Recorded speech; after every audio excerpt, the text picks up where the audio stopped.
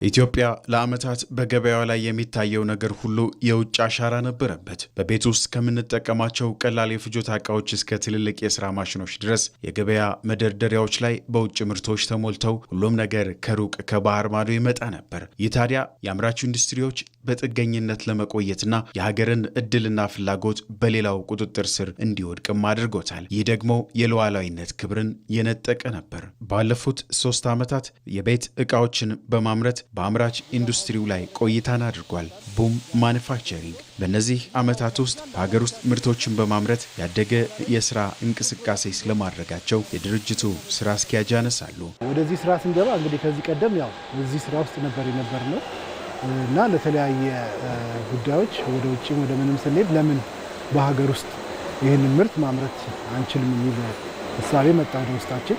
ከዛ በኋላ ነው እንግዲህ ወደ መሬት የማውረዱ ስራ ይሰራ ነው።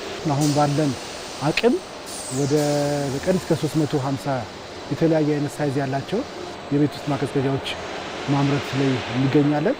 ቬርትቤት ሜታ የዲኤልኤም ቴክስታይል ባለቤት ነው። በህንዳዊው አያቱ የተመሰረተው ይህ ድርጅት ከትውልድ ወደ ትውልድ ተላልፎ ባለፉት 40 ዓመታት በኢትዮጵያ አልባሳትን በማምረት የሀገር ውስጥ ገበያው ላይ ተደራሽ ሆኖ ቆይቷል። ይኸው ድርጅት ምርቶችን ከማምረት ባሻገር የሥራ ዕድል በመፍጠርም ያለውን ድርሻ የድርጅቱ ባለቤት እንዲህ ይገልጻሉ።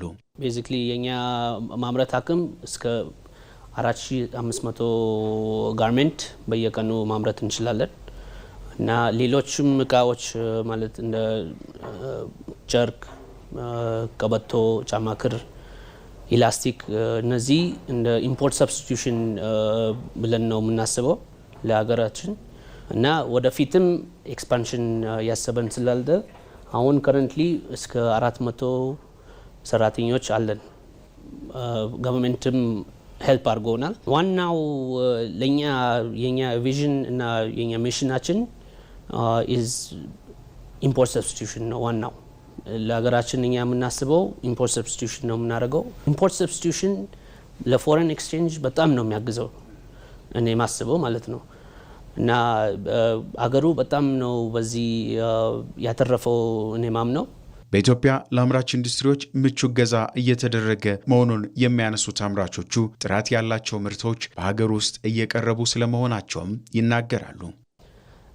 ኢትዮጵያ ከኛ ጋር ብዙ ዓመት እኛ ኖረናል ከኢትዮጵያ ጋር እና በጣም እንደ አዲስ ማለት እንደ አዲስ ሁኔታ ነው ያየነው አሁን ያለው ነው።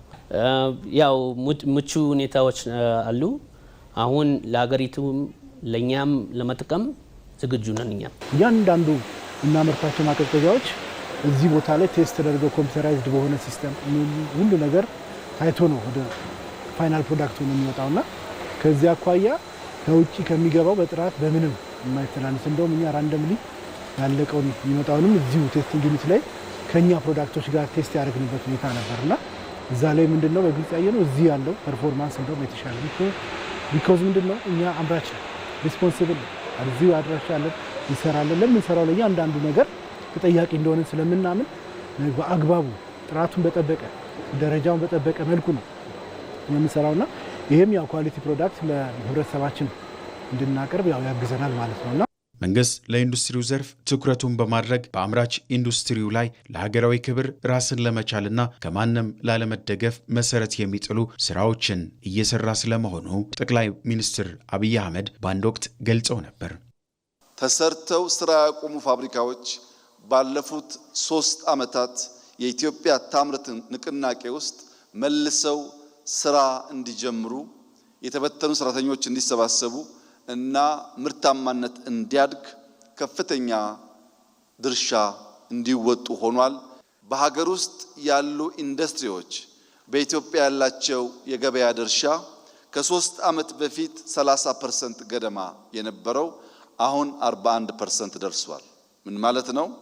ከውጭ ከምናስገባቸው ልዩ ልዩ ምርቶች ውስጥ 41%ቱ በሀገር ውስጥ ማምረት ተችሏል ማለት ነው። በሀገር ውስጥ ምርታማነት እያደገ በመምጣቱ $3 ቢሊዮን ገደማ ወጪ ለማስቀረት ተችሏል። ኢትዮጵያ ለዓመታት በገበያዋ ላይ የሚታየውን የውጭ ምርቶችን በሀገር ውስጥ ለመተካት የአምራች ኢንዱስትሪዎችን በመደገፍ ከጥገኝነት ለመላቀቅ እየተሰራ ይገኛል።